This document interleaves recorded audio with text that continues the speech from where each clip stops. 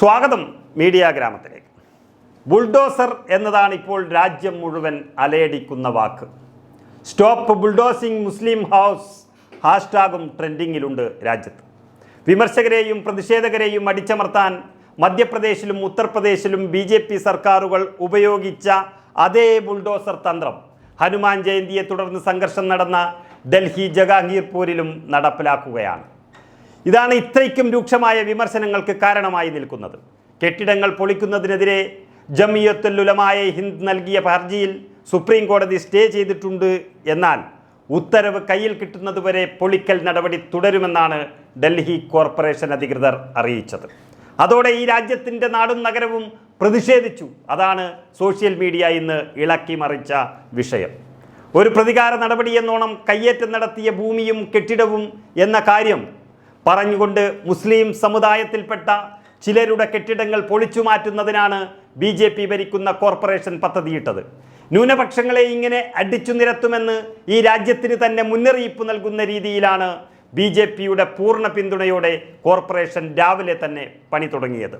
ജഹാംഗീർപുരിയിലെ കയ്യേറ്റമൊഴിപ്പിക്കാൻ 400 പോലീസുകാരെയാണ് സ്ഥലത്ത് വിന്യസിച്ചത്. 10 ബുൾഡോസറുകളും എത്തിയിരുന്നു അവിടേക്ക്.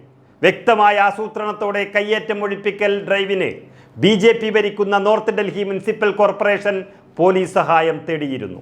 പക്ഷേ സുപ്രീം കോടതി ഇടപെടൽ നടത്തുകയും ഈ വിഷയത്തിൽ നാളെ വാദം കേൾക്കാമെന്നും അതുവരെ തൽസ്ഥിതി തന്നെ തുടരട്ടെ എന്നുമാണ് സുപ്രീം കോടതി പറഞ്ഞത്.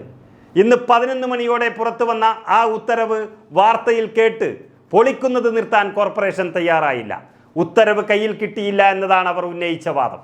പ്രമുഖ അഭിഭാഷകനായ കപിൽ സിബൽ വീണ്ടും ചീഫ് ജസ്റ്റിസിനെ വിവരമറിയിക്കുകയും എത്രയും പെട്ടെന്ന് അതിനുള്ള നടപടികൾ ചെയ്യണമെന്ന് ചീഫ് ജസ്റ്റിസ് അറിയിച്ചതോടുകൂടിയാണ് ദില്ലിയിൽ ബുൾഡോസർ തകർക്കൽ പരിപാടി നിർത്തിയത്.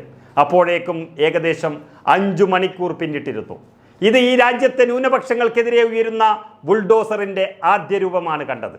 BJPയുടെ കിരാത ഭരണത്തിനെതിരെ പ്രതിഷേധിക്കാൻ പ്രത്യക്ഷത്തിൽ ആളുകൾ തയ്യാറാകാത്ത ഒരവസ്ഥാവിശേഷമാണ് ഉണ്ടായിരിക്കുന്നത്. പക്ഷേ സോഷ്യൽ മീഡിയയിൽ വിഷയം ആളിക്കത്തി.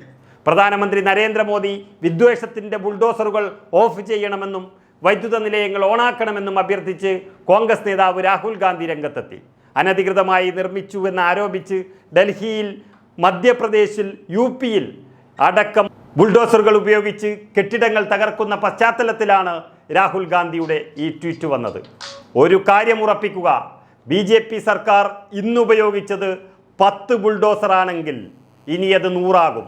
ന്യൂനപക്ഷങ്ങളെ അടിച്ചമർത്താൻ അവർ കയ്യിലെടുത്ത പുതിയ ആയുധമാണ് ബുൾഡോസർ എന്നതിൽ തർക്കമില്ല. കാരണം അവർ തന്നെ കണ്ടെത്തിക്കൊള്ളും.